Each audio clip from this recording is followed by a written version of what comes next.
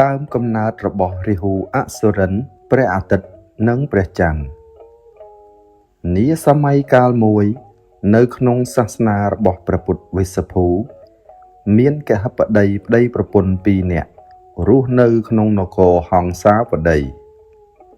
ដែលជាអ្នកមានសទ្ធាជ្រះថ្លាធ្វើបុណ្យដាក់បាតដល់ព្រះពុទ្ធអង្គរៀងរាល់ថ្ងៃគាត់មានកូនប្រុស3នាក់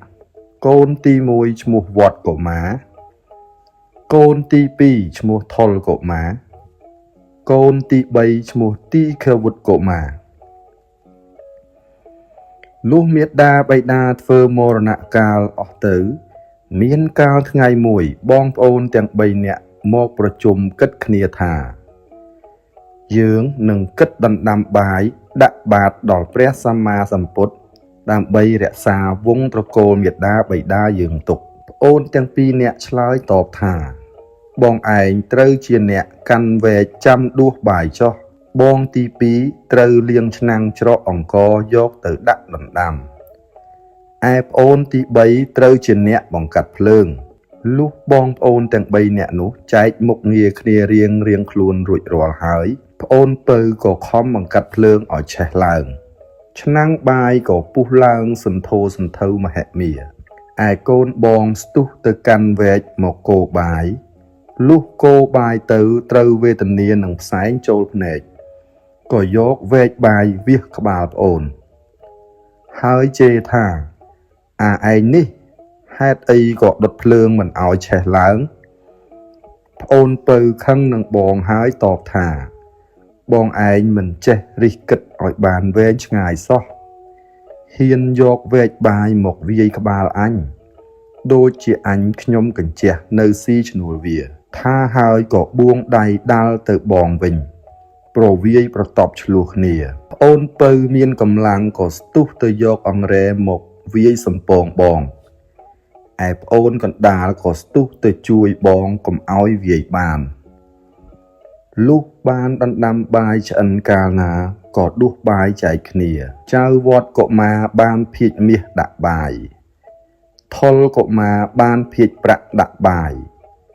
ឯទីឃវុត្តកុមារខឹងនឹងបងយំសស្រាក់ទៅកន្ត្រាក់បានឯលៀនខ្មៅធំមកដាក់បាយលុះចែកចំណែកស្រេចរួចហើយ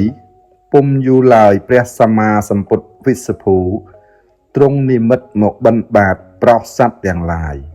កុមារទាំង3នាក់ស្ទុះទៅយកបាយមកដាក់បាតតែរៀងខ្លួនបងទី1ធ្វើសេចក្តីប្រាថ្នាថាសូមអនិសង្ឃដែលខ្ញុំបានដាក់បាតនេះឲ្យបានទៅកើតជាព្រះអាទិត្យឲ្យមានឫទ្ធានុភាពមានរស្មីច្រាលរន្ទាលដូចមាសសម្រាប់បំភ្លឺសពសត្វទាំងពួង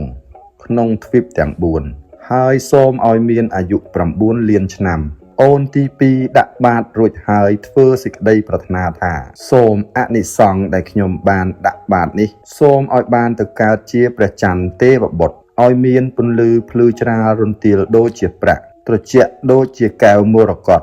សម្រាប់សត្វលោកក្នុងទ្វីបទាំង4ហើយសូមឲ្យមានអាយុ9លានឆ្នាំចំណែកប្អូនពៅដាក់បាតរួចហើយក៏តាំងសេចក្តីប្រាថ្នាថាសូមឲ្យមានរូបធំមានកម្លាំងខ្លាំងមានឫទ្ធានុភាពច្រើនលើសគេក្នុងទ្វីបទាំង4បើបងទាំង2នាក់នេះឃើញខ្ញុំវេលាណាឲ្យរន្ធត់ញាប់ញ័រខ្លាចខ្ញុំក្នុងគ្រានោះកុមារទាំង3នាក់តាំងប្រាថ្នាតែរៀងខ្លួនស្រេចកាលណាព្រះសម្មាសម្ពុទ្ធវេស្សភូធ្វើភក្តិអ្នកមោទនាស្រេចក៏យាងទៅកាន់វត្តវិញចំណេរកាលក្រោយមកកុមារទាំង3នាក់ស្លាប់អំពីលោកនេះទៅក៏ទៅកើតតែរៀងខ្លួនគឺបងទី1ទៅកើតជាព្រះអាទិត្យបងទី2ទៅកើតជាព្រះច័ន្ទចំណែកប្អូនពៅទៅកើតជារាហូអសុរិននេះឯង